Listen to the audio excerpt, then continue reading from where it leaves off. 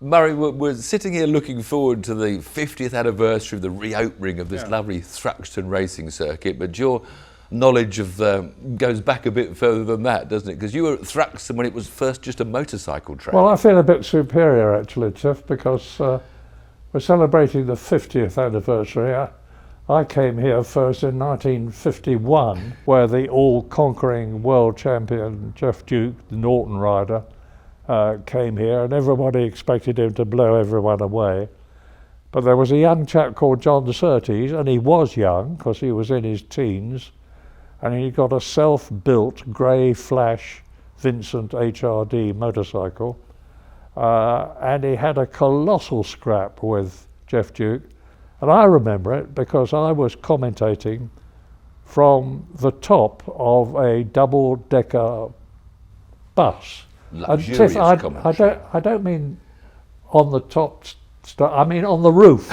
I had to climb up a ladder on the roof, and it was hammering down with rain, and the roof is shaped like that. So one full step, and I was going to be over the side.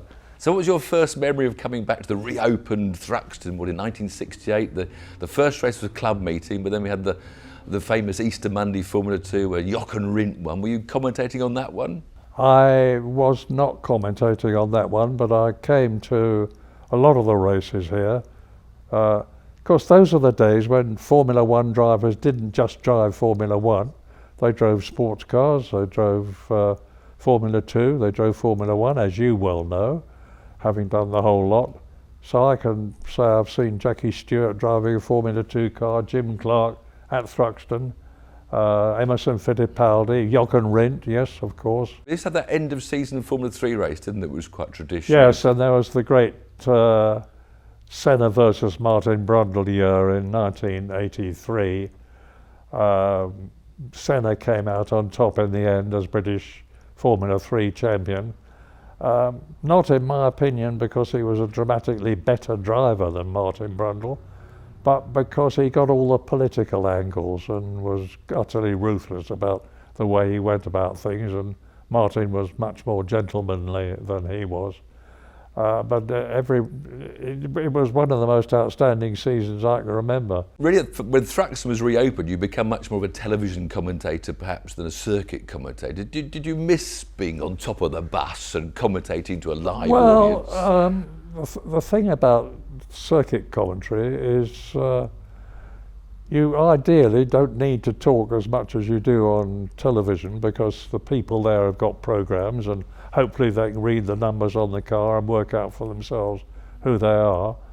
But my commentary style was formed on radio, because on radio you can't say, well, there's nothing very much happening at the moment, I'll let you know if it does, and have a quiet period. You have to keep talking all the time.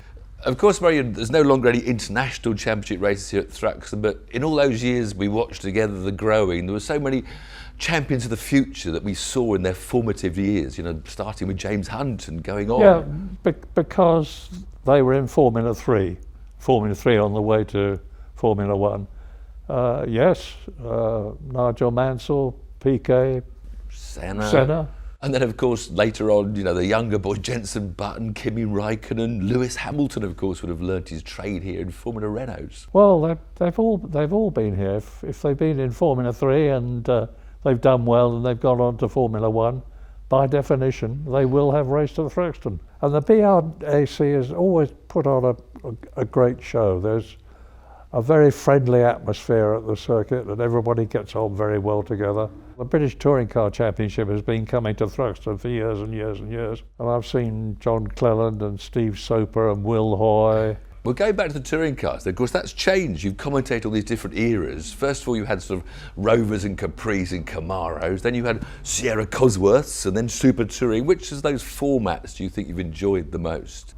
I think I've enjoyed the 2-litre format most of all.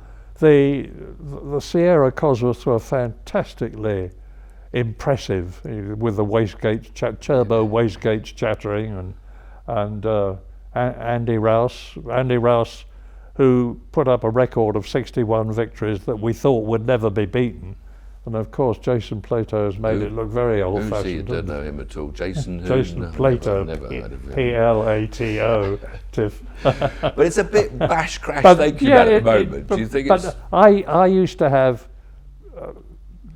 disagreements with Steve Ryder. I didn't have many disagreements with Steve Ryder, but I had a disagreement about the British Touring Car Championship television coverage, because I maintained that the way we did it in the 2-litre days, when they had 4 classes and then subsequently the 1 class, was more exciting, because we recorded the whole thing, took all the tapes back to London, chucked out all the rubbish, put all the exciting bits together, and then I would do a commentary on that as though I was doing it live. Now, I've had the honour of working with you in commentary boxes, but I understand from one of those Formula 2 meetings you had a more famous co-commentator. I had that bloke Graham Hill in the box with me. I can't remember the circumstances, but I had Graham Hill doing co-commentary and Colin Chapman standing between us. And I was bubbling away as usual, and Graham was chipping in occasionally. And when we finished, we came out of the box, and he said, "Cool," he said, "I didn't realise it was as difficult as that." He said, "They're bloody difficult to identify, aren't they?" And I thought, well, it's nice to get a tick of approval from somebody as important as him. But of course, Thruxton also famous for being the fastest racetrack in Britain, with this amazing lap that Damon Hill did back in, 1993 in that Williams. Were you here for that event? Sadly, I wasn't here for that. I don't know if it must have clashed with a Grand Prix or something. But I remember, I have a very soft spot for Damon, and I think he did an absolutely fabulous job. Well, he went round in under 1 minute. He averaged 147 miles an hour. It's almost unbelievable when you look at the length of Thruxton. And I currently do passenger eyes in a BMW M4, which is a high-performance road car, and it works out that Damon could have done 3 laps in the time it takes for me to do 2. And it's just, that's how, people don't really understand how quick a Grand Prix car is, but the Grand Prix car around Thruxton was the quickest in the country. Tiff, I always had the disadvantage of not having done it. I was never a racing driver. You were. I mean, what did you find special about Thruxton from a driver's point of view? I think for me, it's a flowing circuit. You know, too many of the old tracks have been chopped up with too many tight corners and horrible S-bends and chicanes, which stops that flow going. And I think that's what everyone loves about Thruxton. There's no real dead-end stop. Even the chicane, which is a tight chicane, you've got this wonderful high-speed entry that slowly tightens, so it's not a dead stop, turn and go. So you always keep momentum. It's all about momentum at Thruxton. And Church Corner? Church Corner is always a wonderful experience. Even when it's full throttle, it still gives you a buzz as you go through it. And that's, you know, Damon Hill was full throttle through Church Corner in a Formula 1 car at 170 miles an hour. Wow. Didn't even lift. Wow. Whereas now at least touring cars and superbikes without the aero, they just have to shut off just that little bit as they settle into Church Corner, so you get that magnificent concertina effect and then the burst onto the main straight. I think that's what, you know, motor racing has to learn, that, you know, as soon as every Formula 1 car's full throttle through Eau Rouge at Spa, you've got to change the cars and not the track. Yes. But we're not learning that very quickly. So, what do you think a current Formula 1 car will get round in? Would he be much quicker than Damon? I don't think he'd be much quicker, because I don't know, did he have the active air? I'm not sure what car he had then, but they wouldn't be much quicker. He had the Williams FW15C, if I remember correctly. Too many 15s, ABC, I get lost. Have you done the 2-seater? Done the 2-seater McLaren with Martin. Did you? Yeah. I said... Did you have one of those blocks in front of your face? Yeah. What's that like? Bloody awful. Oh no, weird. Yes. Why can't they put a hole in it so you can look through it? You could move your head and see the front wheel going, or that one going. And I said to Martin, of course you'd trussed up like a chicken, and then they put the collar around you. You literally can't move anything. You've got the choice of having your hands on your knees like that with this carbon fibre bar across, or you can cross them here in the fond illusion that if anything goes wrong, with one mighty bound you can spring free. And I said to Martin, what happens if we crash and you go into the bank backwards and it catches fire? He said, well, that won't happen. I said, why won't it happen? He said, well, it never has happened. I said, there's always always the first time, Martin. And he said, well, there isn't much petrol in it anyway. So you'll be looking forward to coming to the Rio, the 50th anniversary of Thruxton. I will indeed. I'm sure it's going to be a great occasion because there are so many great races and so many great occasions to look back from at Thruxton. And by that time, the new Hospitality Centre building, which looks very impressive indeed. Are you trying to book yourself a free entry to that by the sounds of it, building it up? Tiff, you know me.